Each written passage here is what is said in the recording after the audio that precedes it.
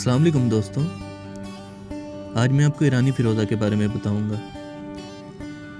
ईरानी फ़िरोज़ा की बहुत सी किस्में हैं, उनमें से एक आपके सामने है। ईरानी फ़िरोज़ा की बैक साइड पे एक जड़ पाई जाती है।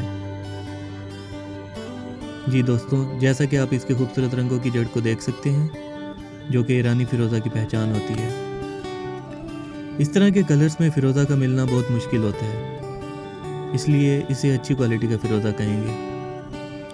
इसके अलावा फ़िरोज़ा स्टोन के हवाले से मैं आपको अपडेट करता रहूँगा इंशाल्लाह।